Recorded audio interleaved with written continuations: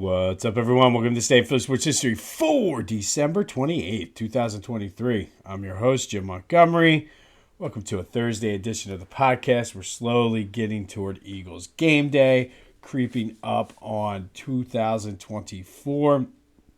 But let's start with our question of the day recap, as always.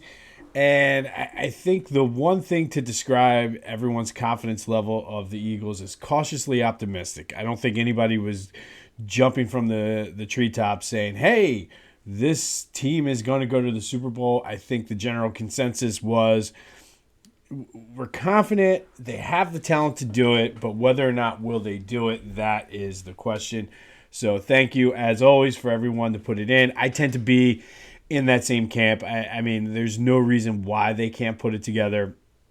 I feel all the teams have flaws. I think the 49ers are probably the most complete team in the NFC, but I mean, in the AFC, Baltimore, but I mean, we got to get there first.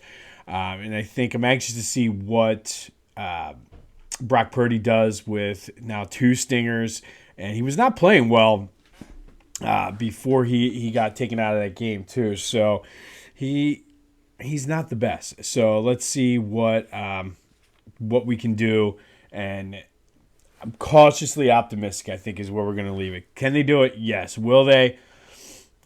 I mean, I want to see how they come out now on Sunday and play now that they got the win, now that Nick Sirianni's talking about I need to kind of relax and set the tone for the team. Maybe he's uptight and it's spreading to the other team. I don't know. Everybody always says it starts with the coach, so we'll see what happens. But as always, thank you for participating in the question of the day. We will have another one later in the show, but be sure to leave your thoughts, text, or voicemail at 267-495-8531. That will get you into the voice and text line.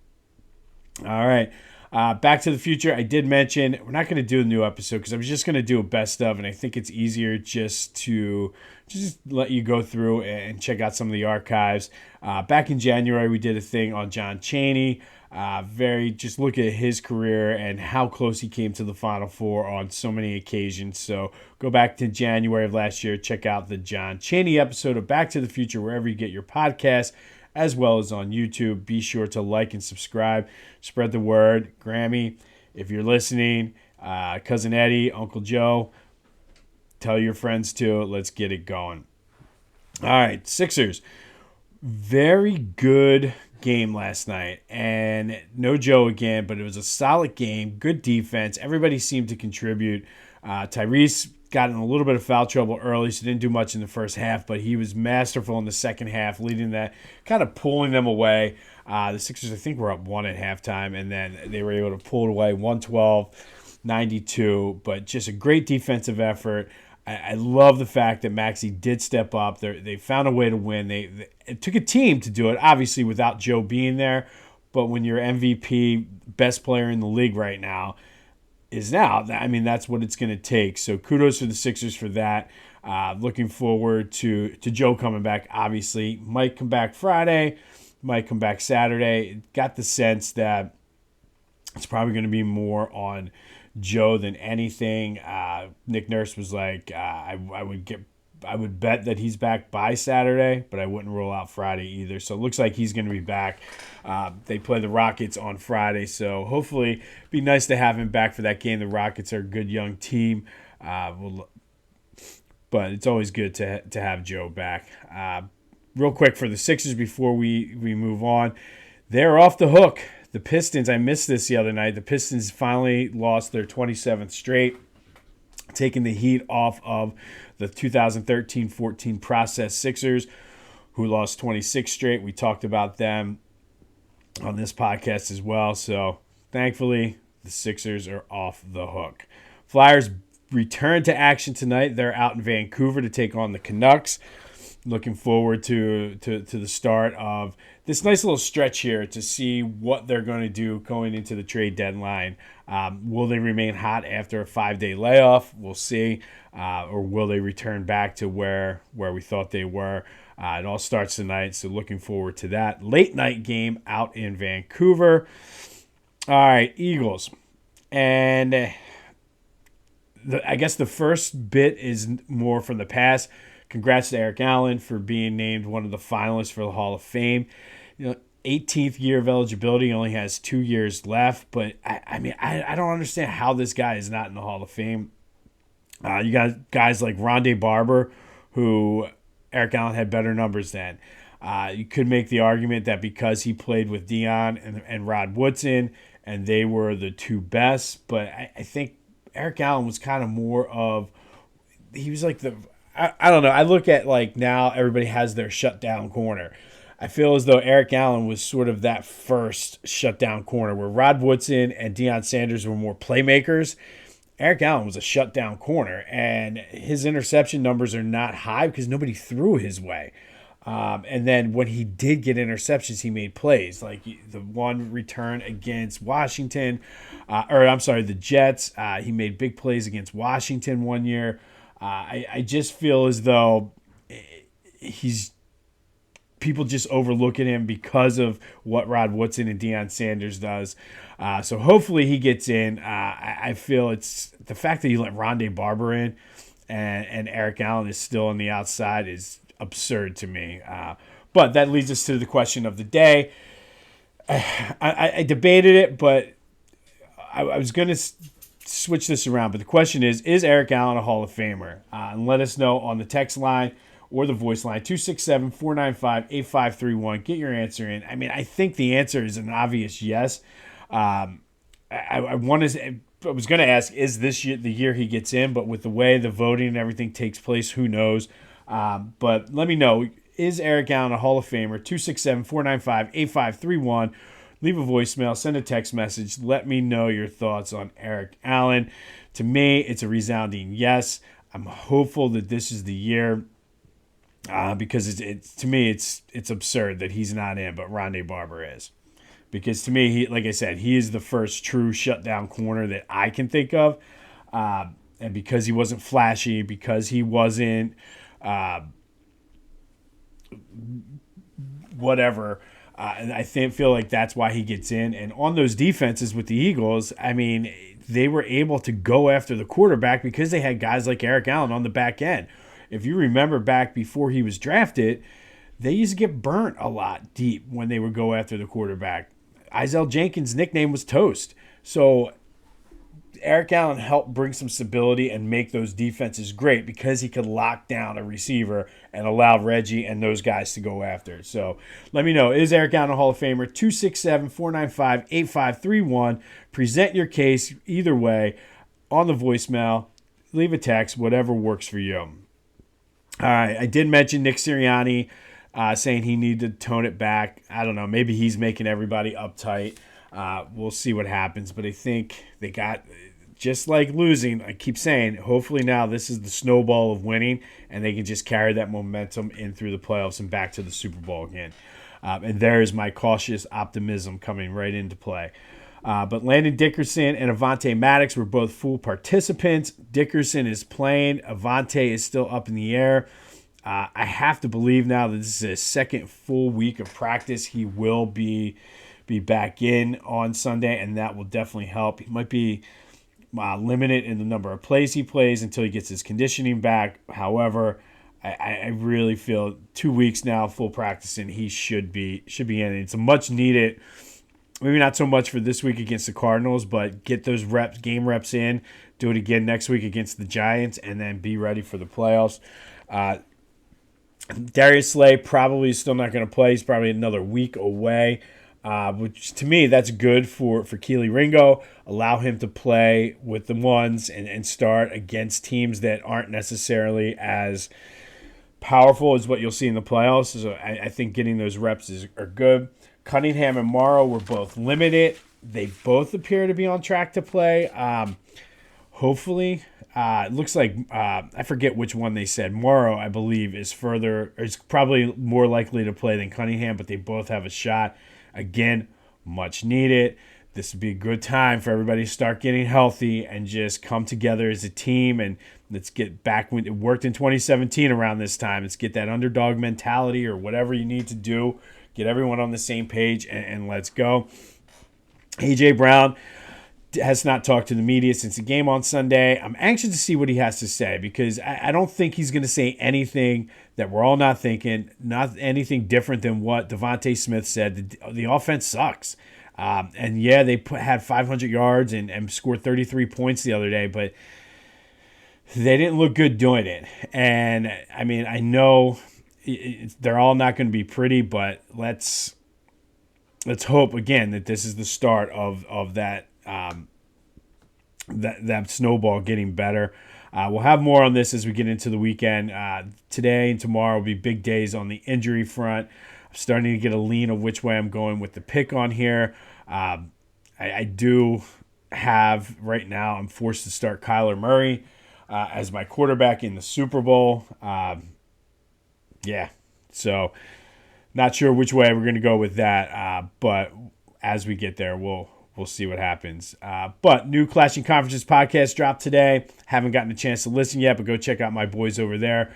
Anywhere you get your podcast, as well as on YouTube. Should be an interesting one. Can't wait to see what Randy has to say about the Cowboys' loss. See what they're going to rip Greg about with the Eagles. So go check them out, the Clashing Conferences podcast, wherever you get your podcasts, as well as YouTube. All right, sticking with the Eagles. We're going to go back to 1947 today. And on this day in 1947, the Eagles lost to the Chicago Cardinals at Comiskey Park 28-21 in the NFL championship game. Tommy Thompson threw for 297 yards and a touchdown to Pat McHugh, a 53-yarder. Steve Van Buren, who did have over 1,000 yards that regular season, for the most part was held in check by the Cardinals defense. He did have a touchdown, but only had 26 yards on like 18 carries. So that was the difference in the game. They were able to shut down Van Buren. Turnovers were key, played a role too. Both teams turned the ball over 3 times, just kind of a sloppy game. For the Cardinals, this was their second and last time they have won the NFL championship to date. For the Eagles, it was their first ever appearance in the championship game. The first time the team had ever made the playoffs. They had a division playoff game the week before against the Steelers, which they won. I believe that score was 21-0 for the first ever playoff game. But the way the NFL did it back then is there were 2 divisions, the East and the West, and if there was a tie in the division, then they played a one-game playoff before the NFL championship game. So the Cardinals kind of got a break because the Eagles had to play the extra game against the Steelers the week before because they both went 8-4 that year. But the Eagles did win the championship the next 2 years, 1948 and 1949, going 3 straight, winning 2 out of 3. Little mini dynasty, I guess you could say, which is not something we hear a lot about our Philly team. So the fact that they were able to win 2 of 3, not bad for an Eagles team. But on this day, they lost the first one to the Cardinals, 28-21. And I hesitated to bring this up during Cardinals week, but I think I'm bringing it up because that was the last time the Cardinals won an NFL championship back in 1947. You know what you don't have to wait that many years for? PhillyGoat.com. Go check them out. I'm telling you, nobody wants to go travel and fight the crowds at the stores after Christmas. You got kids not playing or going to school, people not working. Why not stay at home, put your feet up, have a cup of coffee, go to PhillyGoat.com. They have you covered with everything you need. Getting ready for the Flyers to come back, the Sixers run. It's going to be a fun winter here in Philly. Hopefully, we have an extended playoff run by the Eagles. However, they still have you covered. Phillies are right around the corner, believe it or not. Go to PhillyGoat.com. Use that promo code Jim Montgomery for 10% off. Start gearing up for your winter sports season. Maybe you want to get a size down and give yourself some motivation. That's what my motivation is. I bought a shirt, excuse me, purposely that was too small so I can fit into it in the spring. Kind of that external motivation. I'm doing dry January, so I'm looking forward to hopefully dropping some pounds and fitting in that shirt. But you got to buy the shirt. Go to PhillyGoat.com. Use the promo code Jim Montgomery for 10% off your order. They will not disappoint you. All right, and finally today, we've been doing this week the Philly sports top moments, and This is in no particular order. Again, we talked about the Flyers draft. We talked about game one of the Eastern Conference semifinals when Harden went off. Today we're staying with the Sixers, and to me, one of the big top moments was when they hired Nick Nurse to replace Doc, who the entire time he was here was nothing but disappointment. And to be honest, I don't know why we expected anything different from Doc, because he was who he was. And I mean, he did Doc things when he was here. So I'm not sure why we were surprised. But Nick Nurse so far has been a godsend. This team is fun to watch. All of a sudden, now that they got out of that Harden contract, he's able to play around with like a 10-man. He has like a 10-man roster right now, which again is good for those guys. For like last night when Joe is out, he's able to mess around with some rotations, get these guys some runs, get some stuff on tape for them. So now you can figure out the trade to get another star or whatever. And I don't see that Doc would have done stuff like that. Doc was very stubborn. Doc had his rotations, and if you were in his doghouse, as B-Ball Paul said, I'd be on the bench for a month if I shot a three-pointer. That's where Doc was. Nick Nurse is like, hey, we got it deep enough. Let's see what combinations work. And I think strategically, from a front office standpoint, having all of those options is going to help with the trade in a couple weeks or a couple months, however long they take and whatever they decide to do, because they're going to be able to have got things on tape of guys playing well. So, but today, to me, one of the top moments of this sports year was kind of a combo, and it was all about Nick Nurse, and I made it about Doc. But firing Doc was huge for me. I was not a big Doc fan after Doc did Doc things the whole time he was here, but hiring Nick Nurse, I think, was the cherry on top of that. Because of the way he's been coaching so far and what he has these guys doing. They're legitimate championship contenders right now as constructed. They do and will need some pieces for the playoff run, but they have the pieces to trade to make that happen, and Nick Nurse is showcasing them all. So that's our Phillies top sports moment of 2023. Sixers fire Doc Rivers and hire Nick Nurse. On this day, back in 1947, Eagles lost the NFL championship 28-21 to the Cardinals, but they would go on to win the next two after that. We'll have more on the Eagles as the weekend, I guess you can say at this point, progresses.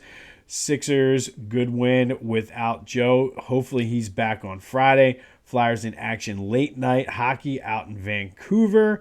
Be sure to get in on the voice and text line, 267-495-8531. Let me know, is Eric Allen a Hall of Famer? If you ask me, absolutely, and it's about 18 years too late. But let me know your thoughts. Maybe I'm drinking out of the Kelly Green glasses with the green glasses on too. Drinking the Kool-Aid with the Kelly Green colored glasses on. I'll get it out. Don't worry about me, folks. But let me know, 267-495-8531. Let us know what you're thinking about Eric Allen. Be sure to check out the Back to the Future archives. If you want one to listen to today, check out our show on John Chaney. But go out. I don't think it's supposed to rain today. It's supposed to clear out. So go enjoy your Thursday. This has been This Day in Philly Sports History. I'm Jim Montgomery. And until next time, I'll see you when I see you.